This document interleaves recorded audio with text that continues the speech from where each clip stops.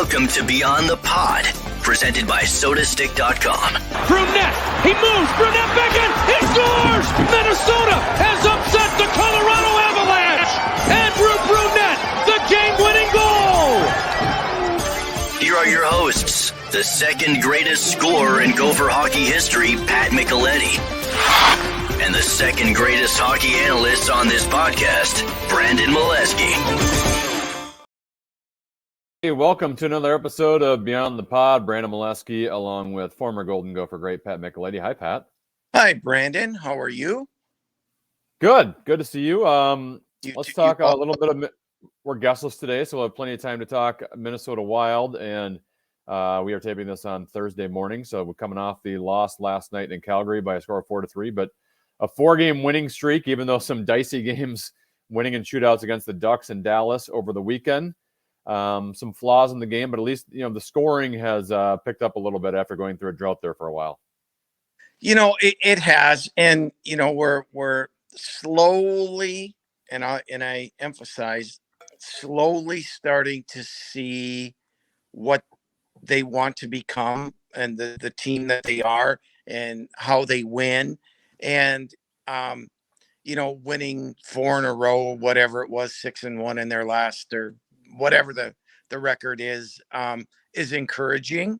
So the signs are there, but for me, Brandon, I don't look at it game to game. I look at kind of the trend from week to week, and the signs I'm seeing lately are better, are more positive. So we'll see what the next week brings. To me, Pat, it seems like every year you and I talk about identity with a hockey team, and it seems like they're starting to find that identity. It's been quite the transformation going back to last year, and it was a team that could score 5 goals a game and could be down with the last 2 minutes and be able to score 6 on 5. And no matter what the score was, you always felt like that team could come back. Well, they lost some firepower. We all know Fiala's gone. Ryan Hartman's been hurt. They've had some other injuries with Greenway and Foligno and Duhaime. And they've had then they get off to that really rough start where they can't play defense and can't goaltend. And it's a team that's, I think had a certain identity from last year and has had to transform it into what it is now. And I feel like they're starting to find that a little bit. It doesn't mean they certainly still have some flaws, and we'll get to that in a second. But I really think the reunion of the Grief line of Greenway, Eriksson Ek, and Foligno gave you a second established line, and they play a certain way. Those three just play to get better when they're together. I think the Reaves, Dewar, Shaw line is really starting to get an identity on your fourth line. Still need some help with Boldy, and you probably still need a help centering Kaprizov and Zuccarello. But at least they seem to have more up front from an identity standpoint in terms of set lines than we did earlier in the year. Right. And there's going to be a point in time when Hartman gets healthy, when Duhaime gets healthy. They have a lot of guys right now that are similar in the way that they play. And they're going to have to figure out who's going to play with Boldy. I think he's kind of the odd man out right now. And, there's a lot of praise for Goudreau on the, in the shootout and this kind of stuff. But you're going to have to ask yourself, he made a bad mistake last night. Yeah. Is he going to be that guy? Game-winning goal. And so they I don't even know if they could get another forward, a legitimate forward, to play with Boldy. I think that would make me feel really, really good about them. Now, Steele is playing okay with the top line right now. Can he continue to play like that? I don't know. That is to be determined. Do you take that risk and let him be there? And when Hartman comes back, put him and Boldy together. And,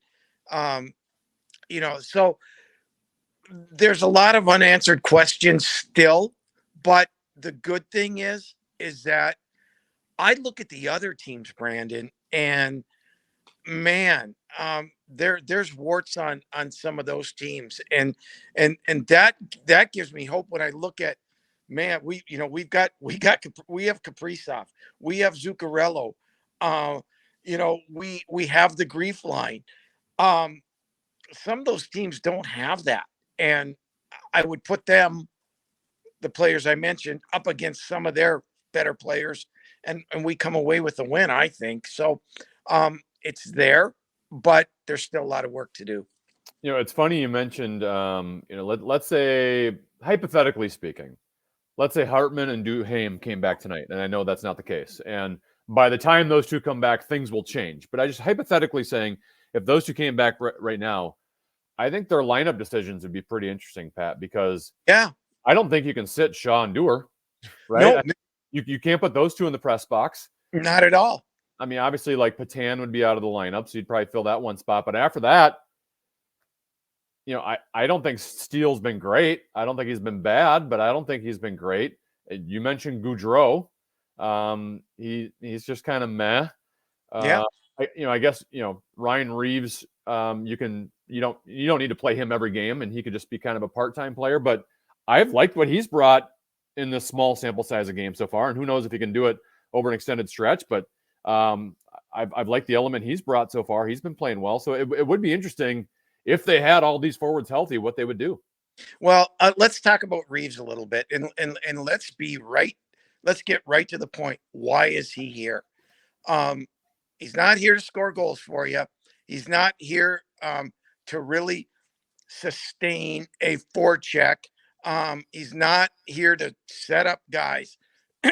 He is here to give everybody on that bench some comfort level. And he's also here to let the other team know you're not going to take runs at our guys. And he doesn't have to fight. You know what? He doesn't have to get in one fight here. He can, and he will, and he's tough, but he is here as a presence. And we can't forget that. And so, yeah, do you have to play him against a nondescript team that doesn't play that style? Of course not.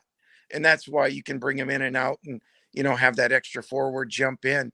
But I've seen a turn from this team, and whether it be sometimes you play harder and feel more confident because you have that.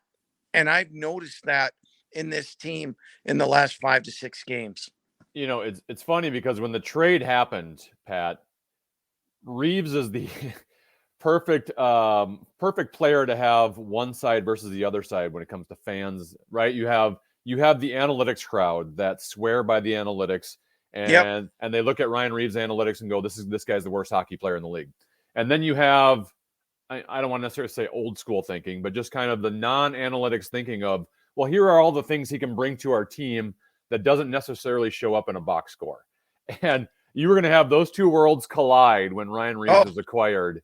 And, you mentioned he's there for a presence, and he is. So far, though, like, he had 3 assists in 2 games. Right. He was creating on the forecheck. He was just disrupting things. He was making hockey plays. He was taking the body and physically hurting opposing defensemen, which can wear on a defenseman as the game goes along. I just the two ways of thinking, I think, just we have quite the experiment here with Ryan Reaves. No doubt. And I'll bring up Nick Delorier from a year ago, right? When they acquired him. Now, if you look at Nick Delorier, not a great player by any stretch, but he was there. And I can't tell you, playing, especially in the minors when I played, it sure felt good to have a centerman who could also play, by the way. But I knew that, man, if I got in trouble, he's going to step right in and help. And that's a feeling you feel differently. I don't know how to explain it, other than the fact that there's a comfort level. And I think that's what this team needed. They're not going to get pushed around anymore as much. And I think that's going to be a real factor going down the stretch. All right, you mentioned Kaprizov. He set the wild record for goal streak and point streak, and he's been great. Pat, we've kind of alluded to where we think he might be ranked in terms of the league's best players, but I want to go player by player. I want you to compare whether you'd rather have Kaprizov or that player, so we can get an official Kirill Kaprizov ranking from Pat Micheletti. Are you ready? Okay, I'm ready. All right, so I'm taking this. The list I'm using is Brian Murphy from the Sporting News. He listed his top 50 players in the National Hockey League. I'm going to go starting at 1 all the way down. I want you to tell me whether you'd rather have that player or Kaprizov, and then I think we will then be able, by process of elimination, land on a Kaprizov ranking. Are you ready? I can hear yours too eventually. Okay. Connor McDavid. I take McDavid. Me too. Austin Matthews at number 2.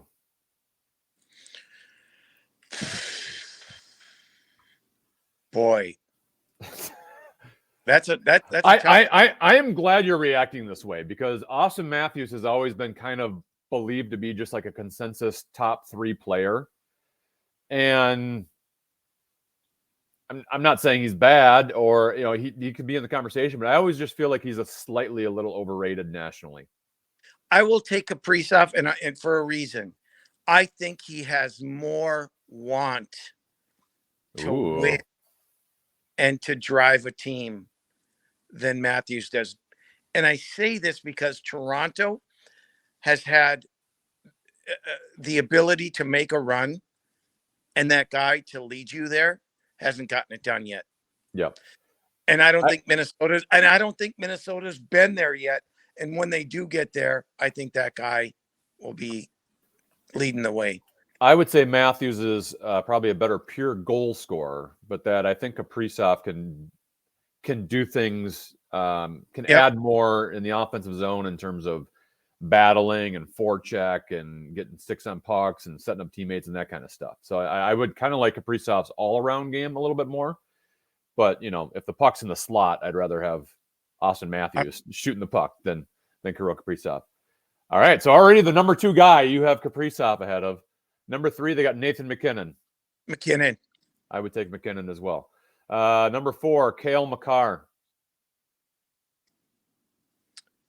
I was going to say, you thought about it. I'm not thinking about that. I think Makar is a top 3 player in the league. Yep. Here's an interesting one. Number 5, they have Leon Draisaitl. No question, I would take Kaprizov. Yeah, Leon's another one. I'm trying to imagine if Kaprizov was in the same situation as Leon Draisaitl, right? If he's playing every game with Connor McDavid, are we, nationally, and I should say from a North American standpoint, are we thinking differently from Kirill Kaprizov compared to Leon Draisaitl? Yeah, I Kaprizov. All right, Nikita Kucherov, they have at number 6. Right today, Kucherov. All right. Here's an older player, number 7, Sidney Crosby. This one's tough.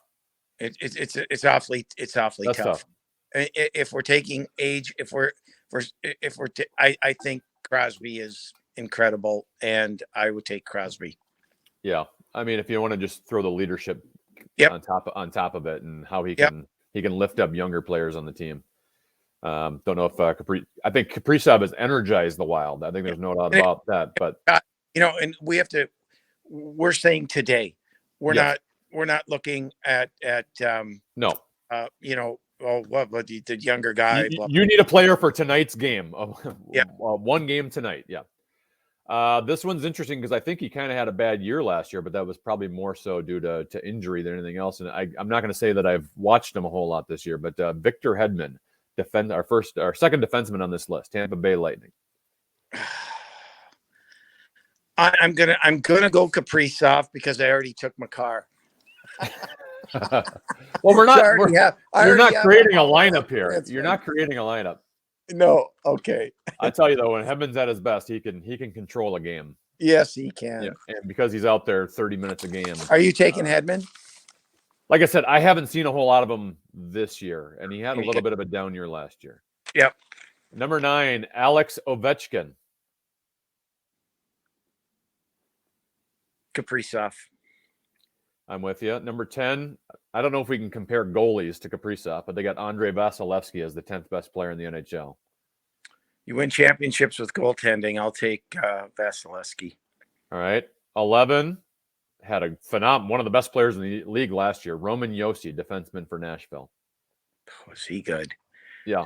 He is super good. I take Josi on my team. I think Josi, just because of the minutes, can control more of a game. And I think he's down too low, by the way. Yeah. We'll go another goalie here then. Number 12, Igor Shesterkin. We have Wallstead coming, so I'm going to stay with. That's not how we're playing this. I know. We're trying to determine who's the best player. It's hard when you got the goalie. Shesterkin. I'm assuming you're going to take Kaprizov over this guy since you've already taken him over one of his teammates. Number 13, they have Mitch Marner. No question. Yeah, Kaprizov. They have Kaprizov listed at number 14. So you've got Connor McDavid, Nathan McKinnon, Cale Makar. You said Kucherov, right? Correct. You picked Crosby. That's 5. Vasilevsky, Roman Josi, 6, 7. So you have Kirill Kaprizov as the 8th best player in the National Hockey League. I do. Yeah. I think that's fair. And I don't really disagree with any of that. Yeah, I see him. People say we're wondering, boy, can he duplicate what he did a year ago in the and then another year. He's getting better. He's getting better because he's learning the league and he's learning the players and he knows you pick up stuff all the time. And people were so, oh boy, Kaprizov can't play in the playoffs. Didn't have a great playoff. His first playoff last year, he carried them. And should they make the playoffs again this year, he will be that guy again. Boy, he's still in year 3 here, Pat, too. I mean, technically year 2.5. The first one was COVID shortened, but I just think the sky's the limit. And the thing is, he wants it. You can just tell he wants to get better and knows he still can get better. And when you have that attitude, when when you don't just rest on your laurels, those are the guys that get to where, to be the best in the world. Well, a lot of these guys on this list who have better teammates than Kirill Kaprizov, so he's not working with the same that they're also working with. Mm-hmm. All right, I want to talk about a couple other teams in the Central Division and college hockey with you in a second. But first, I want to tell our listeners and our viewers about our sponsor on Beyond the Pod. That would be sotastick.com, SOTASTICK.com. You can use the code KFN for 15% off all their apparel. Screen printed here in Minnesota on super soft, super comfy shirts, and perfect right with Christmas coming up here. It's the perfect Christmas gift for a loved one. Use the code KFN for 15% off. That's sotastick.com, original Minnesota sports inspired goods. Use the code KFN for 15% off. All right, let's talk about a couple other teams in the Central Division. The two teams that we thought the Wild would be competing with the most have been struggling a little bit. What is going on with the St. Louis Blues? Well, look at, we can look at Minnesota and say, we couldn't afford Fiala, so we had to move them. Well, they're in the same situation with David Perron and Billy Husso. If you go back to last year, the reason the Blues made the playoffs, one of the major reasons, was because of Billy Husso. He was the number one guy, and he was the number one guy entering the playoffs. Didn't fare well in one of the games here. They made the switch. Binnington got hot. And if you're watching Binnington this year, he is a penchant for being hot-headed, for challenging the team, and then, once he gets out of, you get to his head, which you can, you see the results. They give up a lot of goals. So they lose Perron and they lose Husso. Who was huge on the power play. Who was huge on the power play.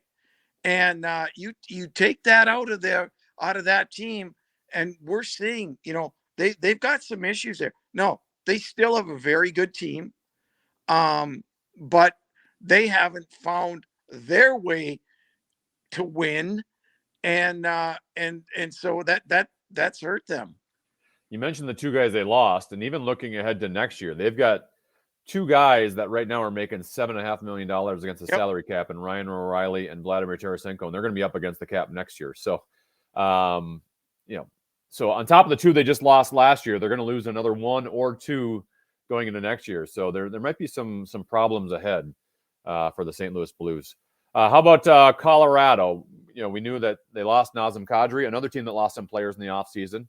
Kadri, was it Buchnevich that went to Seattle? Yes. They, Darcy Kemper, whatever you think about them, but they lost their starting goalie, had to bring in a new goalie, and now they're out without Nathan McKinnon for the next 4 weeks.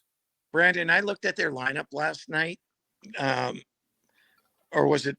Last night that they played Boston, lost at home 4-0. There were a bunch of American leaguers on there. Okay, when they get healthy, they're going to be pretty good. Yep. But I didn't realize the effect that Nazem Kadri would have on that team.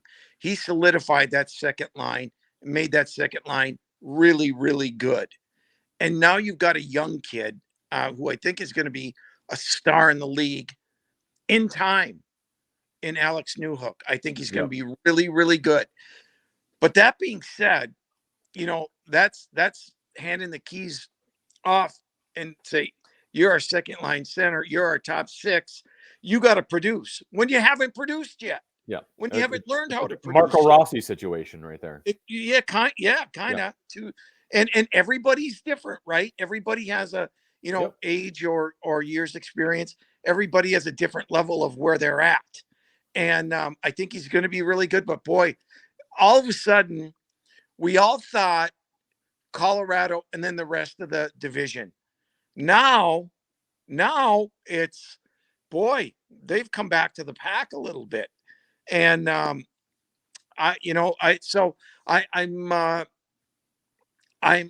not so sold on Colorado as I was at the beginning of the year. Yeah, they still have the star power that once healthy is going to be scary. And Landeskog out too doesn't help.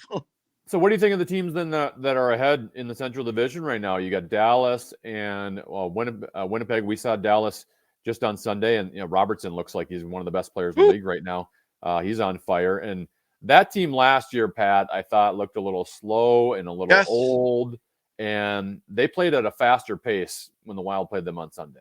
Different coach in Peter DeBoer. They've scored a lot of goals, but they give up a lot. So defensively, they're not great.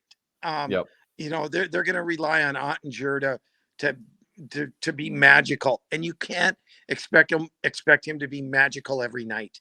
But the way they defend, and it was evident last year, Ottinger saved them or allowed them to get to 7 games with Calgary last year. That series should have been over long before that, but Ottinger was that good. He's not going to be that great every single night. And if you don't protect your goalie a little bit, you're going to be in trouble. So I'm not sold on Dallas, but hey, they're in first place right now. And Winnipeg's right behind them. And I saw the Wild play Winnipeg in person the Wednesday night, right before Thanksgiving. And the Wild took it to them in that game and scored a bunch of goals. But the one thing I noticed with the Jets is you see them in person, they are huge. They've got some big boys, a lot of guys with a lot of long reach. And their system has changed. They're not a run and gun team anymore, per se. I think, if you look at them, they're kind of like Dallas is this year. I'm going to take that back. How Dallas used to be, right? Dallas used to be a little bit tighter.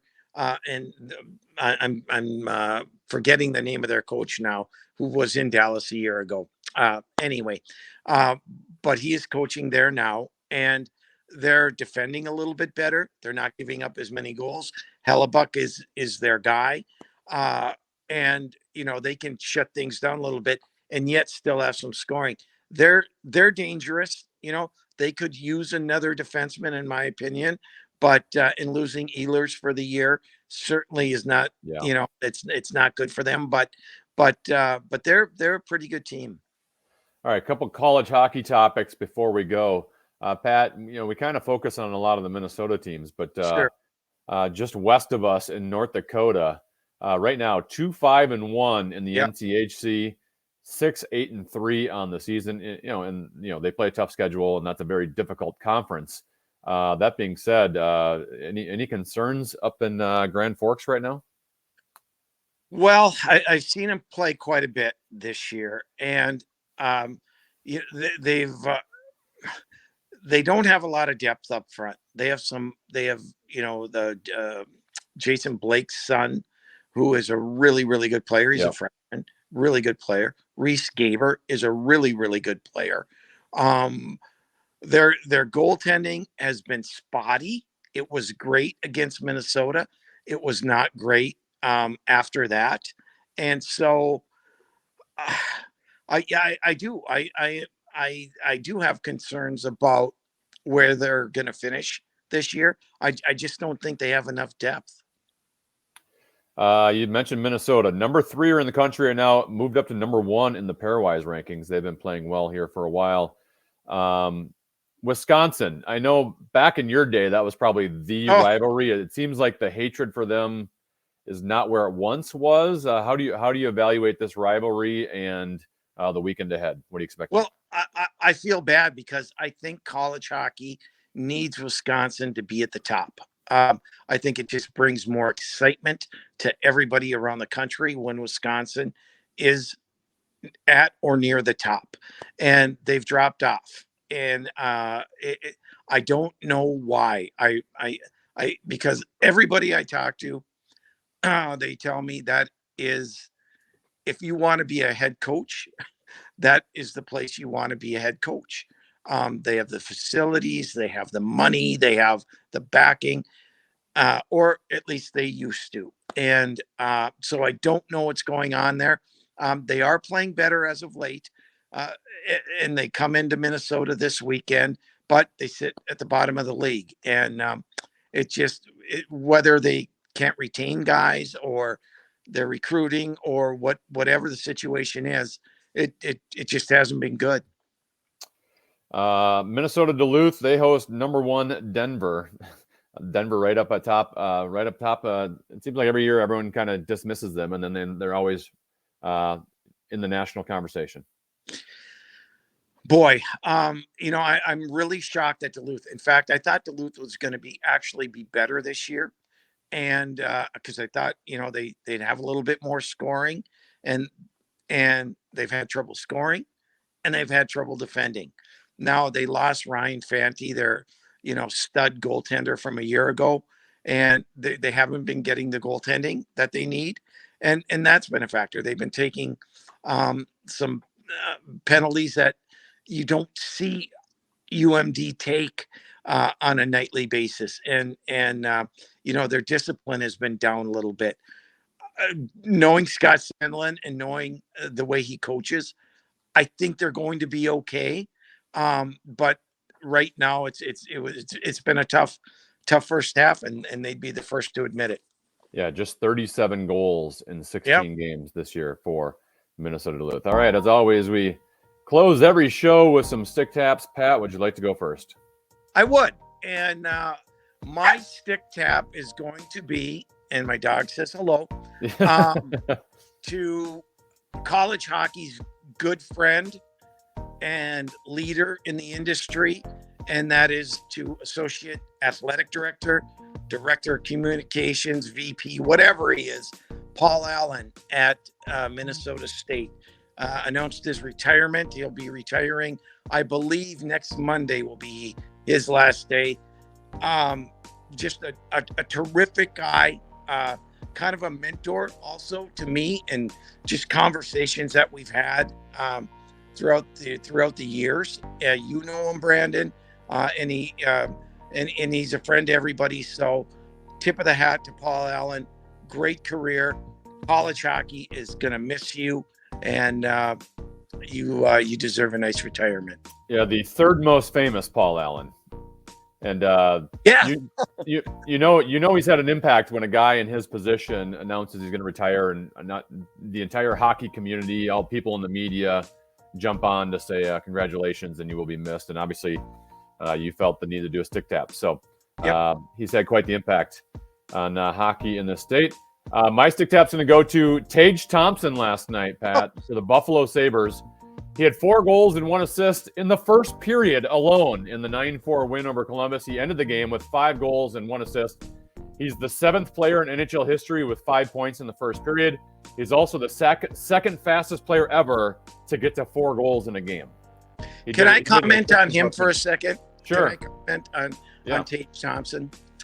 Okay, he was the number 1 draft pick of the St. Louis Blues. And I did a game of his in when he was a freshman, okay? He played at the University of Connecticut. And I said, this kid is a number 1 draft pick. Case in point, Brandon, it takes time to develop. And I made an assumption on him way too early. And I'm really, really happy to see him progress to the player that he's become, because he's been terrific for that team. Those were skilled goals last night too. It's not like it was not like a puck off a shin pad. Yep. He had some big time goals. All right, Pat, thank you so much. We'll talk to you next week. Have a great week, Brandon. Thank you. All right, he's Pat Micheletti. I'm Brandon Mileski. This has been another episode of Beyond the Pod. As always, you can watch it on the KFAN YouTube channel or listen to it on the iHeartRadio app or wherever you get your podcast. Thank you so much to Pat Micheletti. We will talk to you next week right here on Beyond the Pod. Bye.